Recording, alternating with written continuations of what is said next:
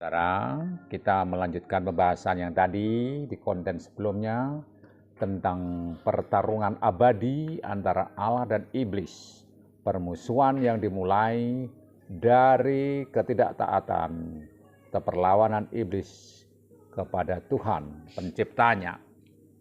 Kalau tadi kita sudah membaca tentang perumpamaan gandum dan ilalang di dalam Matius 13 ayat 24 dan seterusnya, kita sekarang membahas dari Wahyu 12 ayat 7 sampai 10 yang mengatakan, maka timbullah peperangan di surga, Mikael dan malaikat-malaikatnya berperang melawan naga itu, dan naga itu dibantu oleh malaikat-malaikatnya. Tetapi mereka tidak dapat bertahan, dan mereka tidak mendapat tempat lagi di surga. Dan naga besar itu, si ular tua, yang disebut iblis atau Satan, yang menyesatkan seluruh dunia, dilemparkan ke bawah. Ia dilemparkan ke bumi sama dengan malaikatnya. Nah, saudara, ini merupakan hal yang lazim di sebagian besar tradisi Kristen. Banyak orang yang menolak atau mengabaikan gagasan adanya permusuhan abadi dengan motif utama iblis memberontak melawan Tuhan. Oleh karena dalam kitab Wahyu banyak sekali penafsiran yang berbeda tentangnya, dan kita melihat saja yang tertulis di kitab Wahyu tadi mengatakan ada di Mikael melawan malaikat dari naga, malaikat atau naga. Jadi Mikael dan malaikat-malaikatnya melawan malaikat-malaikat lainnya disebut sebagai naga, dan naga itu dibantu oleh malaikat-malaikatnya. Jadi malaikat versus malaikat, yang disebut sebagai pemimpin dari malaikat yang dilawan Mikael itu adalah naga. Nah, mereka kalah, naga itu lantas dibuang ke bumi, dan naga besar itu disebut juga si ular tua, yaitu iblis atau Satan. Nah, penafsiran tentang kitab Wahyu ini ada yang mengumpamakan hanya perumpamaan, hanya suatu ramalan yang akan terjadi dan sebagainya, dan ada yang menolak tentang gagasan peperangan antara Tuhan dan iblis itu dimulai dari pemberontakan si ular tua. Nah, apa kata Alkitab? Kita baca saja, itu tadi dinyatakan demikian. Dan dibandingkan dengan gandum dan ilalang yang menebar gandum, ternyata tumbuh ilalang itu karena ada musuh yang juga menebar benih ilalang, sehingga di antara gandum itu tumbuh ilalang. Pertentangan kosmis, pertentangan yang besar antara Allah dan iblis, itu diumpamakan seperti itu. Yang menabur ilalang itulah musuh dari yang menabur gandum.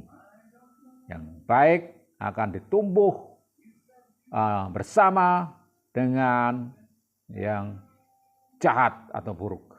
Namun Tuhan tidak segera menghukum, ditunggu waktunya untuk dipanen, lantas yang ilalang itu dibakar.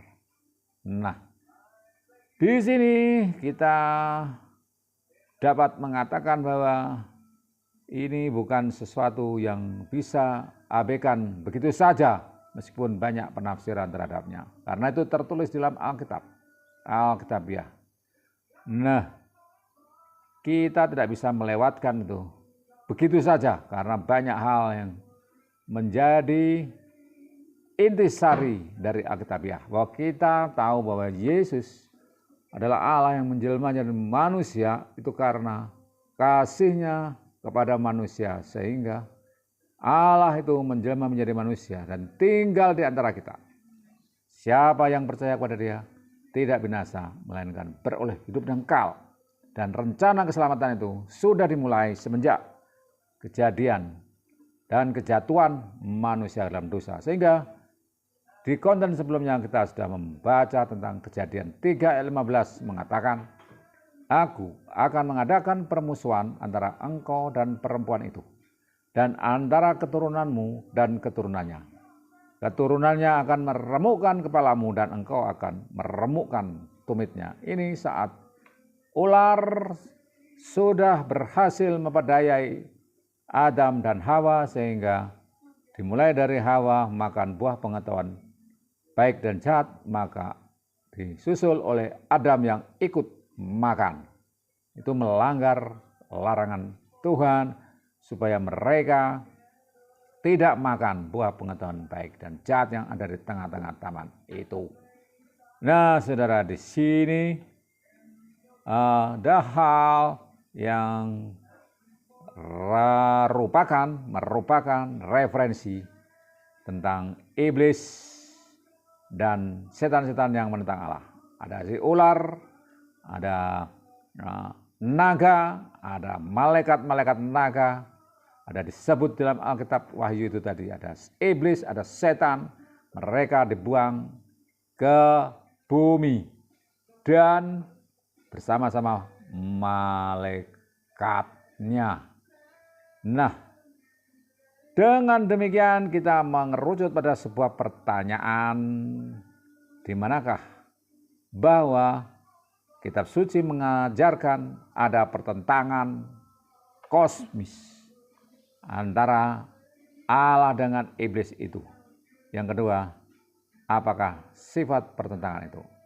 Ini sudah kita bahas tadi, namun akan secara lebih mendalam kita dapat melanjutkan pembahasan berikutnya. Secara sepintas kita sudah tahu ada tempat-tempat di mana Alkitab mengajarkan ada pertentangan kosmis itu. Yang mulai dari Kejadian 3 ayat 15 itu tadi, Wahyu 12 ayat 7 sampai 10, dan ada perumpamaan dan kitab Matius 13 ayat 24 dan seterusnya. Dan sifat pertentangan itu bagaimana? Sifat pertentangan itu sungguh-sungguh keras. Kalau sifat itu bisa keras, lunak, baik, buruk, hebat, rendah, tinggi. Nah, itu sifat-sifatnya. Kita dapat menilai sendiri bagaimana Allah yang pencipta kok bisa-bisanya diberontak oleh ciptaannya yang di sini disebut sebagai naga, ular tua, iblis, ular, setan.